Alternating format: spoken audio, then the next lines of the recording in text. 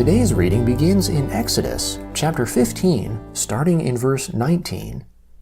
For the horses of Pharaoh went in with his chariots and with his horsemen into the sea, and the Lord brought back the waters of the sea on them. But the children of Israel walked on dry land in the middle of the sea. Miriam the prophetess, the sister of Aaron, took a tambourine in her hand, and all the women went out after her with tambourines and with dances. Miriam answered them, Sing to the Lord, for he has triumphed gloriously. He has thrown the horse and his rider into the sea. Moses led Israel onward from the Red Sea, and they went out into the wilderness of Shur. And they went 3 days in the wilderness, and found no water. When they came to Marah, they couldn't drink from the waters of Marah, for they were bitter. Therefore its name was called Marah. The people murmured against Moses, saying, What shall we drink? Then he cried to the Lord. The Lord showed him a tree, and he threw it into the waters, and the waters were made sweet.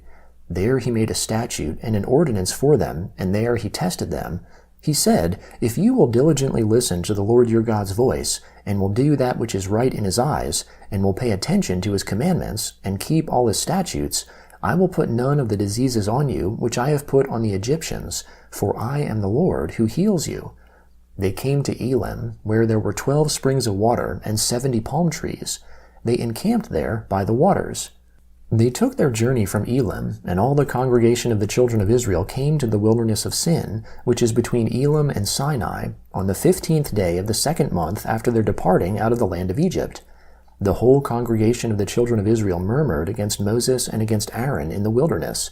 And the children of Israel said to them, We wish that we had died by the Lord's hand in the land of Egypt, when we sat by the meat pots, when we ate our fill of bread, for you have brought us out into this wilderness to kill this whole assembly with hunger. Then the Lord said to Moses, Behold, I will rain bread from the sky for you, and the people shall go out and gather a day's portion every day, that I may test them, whether they will walk in my law or not. It shall come to pass on the 6th day that they shall prepare that which they bring in, and it shall be twice as much as they gather daily. Moses and Aaron said to all the children of Israel, At evening you shall know that the Lord has brought you out from the land of Egypt. In the morning you shall see the Lord's glory, because he hears your murmurings against the Lord. Who are we that you murmur against us? Moses said, Now the Lord will give you meat to eat in the evening, and in the morning bread to satisfy you, because the Lord hears your murmurings which you murmur against him. And who are we? Your murmurings are not against us, but against the Lord. Moses said to Aaron, Tell all the congregation of the children of Israel, Come close to the Lord, for he has heard your murmurings. As Aaron spoke to the whole congregation of the children of Israel, they looked towards the wilderness, and behold, the Lord's glory appeared in the cloud. The Lord spoke to Moses, saying, I have heard the murmurings of the children of Israel. Speak to them, saying, At evening you shall eat meat, and in the morning you shall be filled with bread. Then you will know that I am the Lord your God. In the evening quail came up and covered the camp, and in the morning the dew lay around the camp. When the dew that lay had gone, behold, on the surface of the wilderness there was a small round thing, small as the frost on the ground. When the children of Israel saw it, they said to one another, What is it? For they didn't know what it was. Moses said to them, It is the bread which the Lord has given you to eat. This is the thing which the Lord has commanded. Gather of it every one according to his eating, an omer a head. According to the number of your persons, you shall take it, every man for those who are in his tent. The children of Israel did so, and some gathered more, some less. When they measured it with an omer, he who gathered much had nothing over, and he who gathered little had no lack. They each gathered according to his eating. Moses said to them, Let no one leave of it until the morning. Notwithstanding, they didn't listen to Moses, but some of them left of it until the morning, so it bred worms and became foul, and Moses was angry with them. They gathered it morning by morning, every one according to his eating. When the sun grew hot, it melted. On the 6th day they gathered twice as much bread, 2 omers for each one, and all the rulers of the congregation came and told Moses. He said to them, This is that which the Lord has spoken. Tomorrow is a solemn rest, a holy Sabbath to the Lord. Bake that which you want to bake, and boil that which you want to boil, and all that remains over lay up for yourselves to be kept until the morning. They laid it up until the morning, as Moses ordered, and it didn't become foul, and there were no worms in it. Moses said, Eat that today, for today is a Sabbath to the Lord. Today you shall not find it in the field. 6 days you shall gather it, but on the 7th day is the Sabbath. In it there shall be none. On the 7th day some of the people went out to gather, and they found none. The Lord said to Moses, How long do you refuse to keep my commandments and my laws? Behold, because the Lord has given you the Sabbath, therefore he gives you on the 6th day the bread of 2 days. Everyone stay in his place. Let no one go out of his place on the 7th day. So the people rested on the 7th day. The house of Israel called its name manna, and it was like coriander seed, white, and its taste was like wafers with honey. Moses said, This is the thing which the Lord has commanded. Let an omer full of it be kept throughout your generations, that they may see the bread with which I fed you in the wilderness, when I brought you out of the land of Egypt. Moses said to Aaron, Take a pot, and put an omer full of manna in it, and lay it up before the Lord, to be kept throughout your generations. As the Lord commanded Moses, so Aaron laid it up before the testimony, to be kept. The children of Israel ate the manna 40 years, until they came to an inhabited land. They ate the manna until they came to the borders of the land of Canaan. Now an omer is 1/10 of an ephah. All the congregation of the children of Israel traveled from the wilderness of Sin, starting according to the Lord's commandment, and encamped in Rephidim, but there was no water for the people to drink. Therefore the people quarreled with Moses, and said, Give us water to drink. Moses said to them, Why do you quarrel with me? Why do you test the Lord? The people were thirsty for water there, so the people murmured against Moses, and said, Why have you brought us up out of Egypt, to kill us, our children, and our livestock with thirst? Moses cried to the Lord, saying, What shall I do with these people? They are almost ready to stone me. The Lord said to Moses, Walk on before the people, and take the elders of Israel with you, and take the rod in your hand with which you struck the Nile, and go. Behold, I will stand before you there on the rock in Horeb. You shall strike the rock, and water will come out of it, that the people may drink. Moses did so in the sight of the elders of Israel. He called the name of the place Massah and Meribah, because the children of Israel quarreled, and because they tested the Lord, saying, Is the Lord amongst us or not? The Gospel of Matthew, chapter 22, beginning in verse 1. Jesus answered and spoke to them again in parables, saying, The kingdom of heaven is like a certain king, who made a wedding feast for his son, and sent out his servants to call those who were invited to the wedding feast, but they would not come. Again he sent out other servants, saying, Tell those who are invited, Behold, I have prepared my dinner. My cattle and my fatlings are killed, and all things are ready. Come to the wedding feast.